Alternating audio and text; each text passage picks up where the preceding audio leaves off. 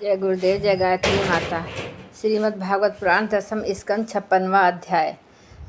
शैमंत कमणी की कथा। जामवंती और सत्यभामा के साथ कृष्ण का विवाह।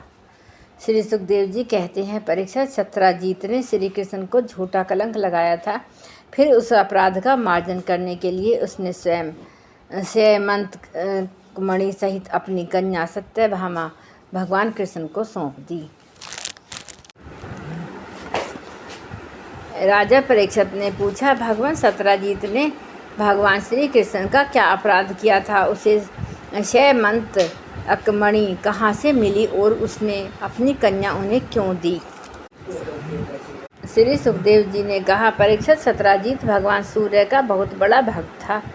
वे उसकी भक्ति से प्रसन्न होकर उसके बहुत बड़े मित्र बन गए। सूर्य भगवान ने ही प्रसन्न होकर बड़े प्रेम से उसे शैमंत मणि दी थी। सत्यजीत उस मणि को गले में धारण करके ऐसा चमकने लगा मानो स्वयं सूर्य ही हो। परीक्षित जब सत्यजीत द्वारिका में आया तो अत्यंत तेजस्विता के कारण लोग उसे पहचान न सके। दूर से ही उसे देखकर लोगों की आंखें उसके तेज से चौंधिया गईं। लोगों ने समझा कि कदाचित स्वयं भगवान सूर्य आ रहे हैं। उन लोगों ने भगवान के पास जाकर उन्हें इस बात की सूचना दी। उस समय भगवान श्री कृष्ण चौसर खेल रहे थे। लोगों ने कहा, शंख चक्र गदाधारी नारायण, कमल नयन दामोदर, यदुवंश शिरोमणि गोविंद, आपको नमस्कार है। जगदीश्वर, देखिए, आप अपनी चमकीली किरणों से लोगों के नेत्रों को चौंधियाते हुए प्रचंड रश्मि भगवान सूर्य आपका दर्शन करने आ रहे हैं। प्रभु, सभी श्रेष्ठ देवता त्रिलोकी में आपकी प्राप्ति का मार्ग ढूंढते रहते हैं, किंतु उसे पाते नहीं। आज आपको यदुवंश में छिपा हुआ जानकर स्वयं सूर्य नारायण आपका दर्शन करने आ रहे हैं। श्री सुखदेव जी कहते हैं, परीक्षित अनजान पुरुषों की यह बात सुनकर कमल नयन भगवान श्री कृष्ण हंसने लगे। उन्होंने कहा, अरे ये सूर्यदेव नहीं है, यह तो सत्यजीत है जो मणि के कारण इतना चमक रहा है। इसके बाद सत्यजीत अपने समर्थ घर में चला आया। घर पर उसके शुभ आगमन के उपलक्ष्य में मंगल उत्सव मनाया जा रहा था। उसने ब्राह्मणों के द्वारा शैमंत मणि को एक देव मंदिर में स्थापित करा दिया। परीक्षित, वह मणि प्रतिदिन 8 बार सोना दिया करती थी और जहाँ वह पूजित होकर रहती थी वहाँ दुर्भिक्ष, महामारी, गृह पीड़ा, सर्प भय, मानसिक शारीरिक व्यथा और माया वियोग का उपद्रव आदि कोई भी अशुभ नहीं होता था। एक बार भगवान श्री कृष्ण ने प्रसंगवश कहा, सत्यजीत, तुम अपनी मणि राजा उग्रसेन को दे दो। परंतु वह इतना लोभी था कि भगवान की आज्ञा का उल्लंघन होगा, इसका कुछ भी विचार न करके उसे अस्वीकार कर दिया। एक दिन सत्यजीत के भाई प्रसेन ने उस परम प्रकाशमयी मणि को अपने गले में धारण कर लिया। फिर वह घोड़े पर सवार होकर शिकार खेलने वन में चला गया। वहाँ एक सिंह ने घोड़े सहित प्रसेन को मार डाला और उस मणि को छीन लिया। वह अब पर्वत की गुफाओं में प्रवेश कर ही रहा था कि मणि के लिए ऋक्षराज जामवान ने उसे मार डाला। उन्होंने यह मणि अपने गुफा में ले जाकर बच्चे को खेलने के लिए दे दी। अपने भाई प्रसेन के न लौटने से उसके भाई सत्यजीत को बड़ा दुख हुआ।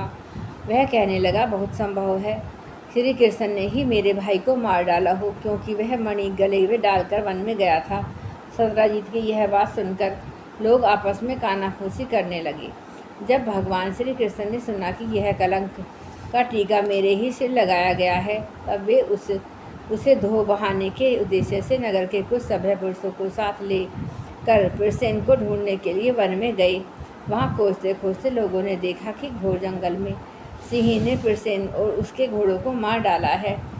जब वे लोग सिंह के पैरों का चिन्ह देखते हुए आगे बढ़े, तब उन लोगों ने यह भी देखा कि पर्वत पर एक रीछ ने सिंह को भी मार डाला।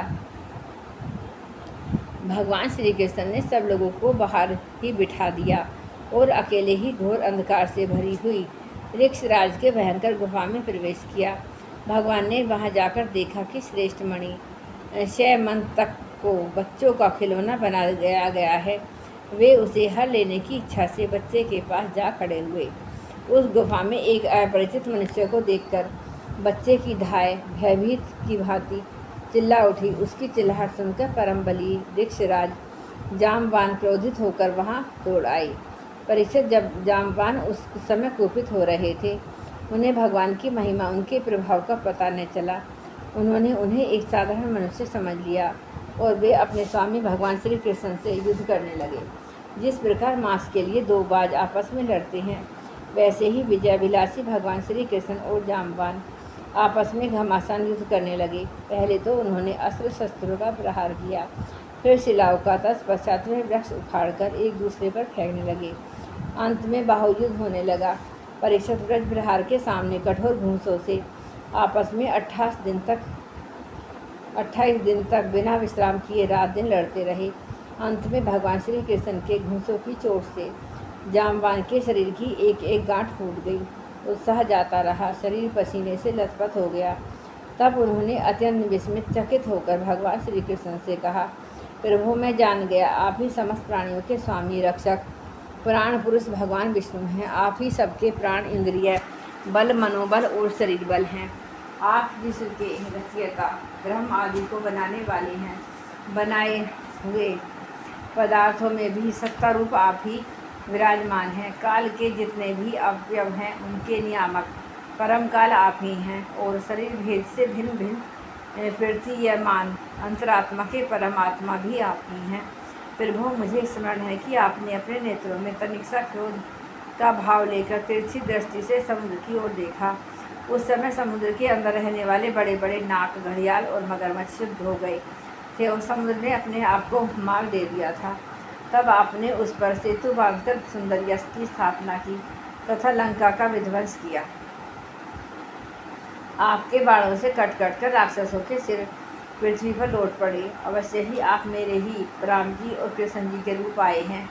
परीक्षित, जब ऋक्षराज जामवान ने भगवान को पहचान लिया, तब कमल नयन श्री कृष्ण ने अपने परम कल्याणकारी शीतल कर कमल को उनके शरीर पर फेर दिया और फिर अहेतु की कृपा से भरकर प्रेम गंभीर वाणी से अपने भक्त जामवान जी से कहा, ऋक्षराज, हम मणि के लिए ही तुम्हारी उस गुफा में आए हैं। इस मणि के द्वारा मैं अपने पर लगे झूठे कलंक को मिटाना चाहता हूँ।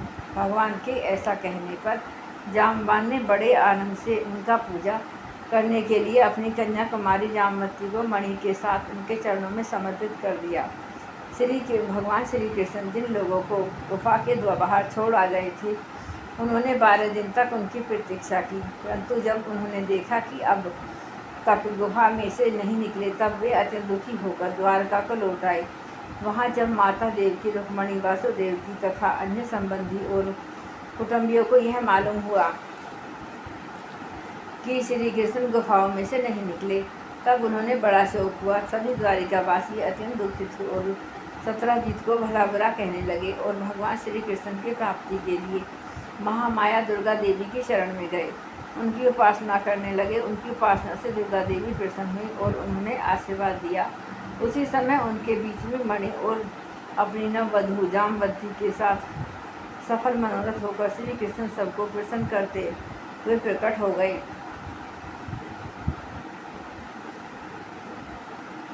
सभी द्वारिकावासी भगवान श्री कृष्ण को पत्नी के साथ और गले में मणि धारण किए हुए देखकर परमानंद में मगन हो गए, मानो कोई मरकर लौट आया हो। तदंतर भगवान ने सत्राजीत को राजसभा में महाराज उग्रसेन के पास बुलाया। जिस प्रकार मणि प्राप्त हुई थी, वह सब कथा सुनाकर उनको वह मणि सत्राजीत को सौंप दी। सत्राजीत अत्यंत लज्जित हो गया। मणि तो उसने ले ली, परंतु उसका मुँह नीचे की ओर लटक गया। अपने अपराध पर उसे बड़ा पश्चाताप हो रहा था। किसी प्रकार वह अपने घर पहुंचा। उसके मन की आंखों के सामने निरंतर अपना अपराध नाचता रहा। बलराम के साथ विरोध करने के कारण वह भयभीत भी हो गया था। अब वह यही सोचता रहता कि मैं अपने अपराध का मार्जन कैसे करूं, मुझ पर भगवान श्री कृष्ण कैसे प्रसन्न हों, मैं ऐसा कौन सा काम करूं जिससे मेरा कल्याण हो और लोग मुझे कोसे नहीं। सचमुच मैं अदूरदर्शी शूद्र हूँ। धन के लोभ से मैं बड़ा मूर्खता का काम कर बैठा। अब मैं रमणियों में रतन के समान अपनी कन्या सत्यभामा और शयमंत मणि दोनों ही कृष्ण जी को दे दूँ। यह उपाय बहुत अच्छा है, इसी से मेरे अपराध का मार्जन हो सकता है, और कोई उपाय नहीं है। सत्यजीत ने अपने विवेक से बुद्धि से ऐसा निश्चय करके स्वयं ही उसके लिए उद्योग किया और अपनी कन्या तथा शयनतक मणि दोनों ही ले जाकर श्री कृष्ण को अर्पण कर दी। सत्यभामाशील स्वभाव, सुंदरता, उदारता आदि सद्गुणों से संपन्न थी। बहुत से लोग चाहते थे कि सत्यभामा हमें मिले और उन लोगों ने उन्हें मांगा भी था, परंतु अब भगवान श्री कृष्ण ने के विधि पूर्वक उनका पाणी ग्रहण किया। परीक्षित, भगवान श्री कृष्ण ने सत्यजीत से कहा, हम शयनतक मणि न लेंगे।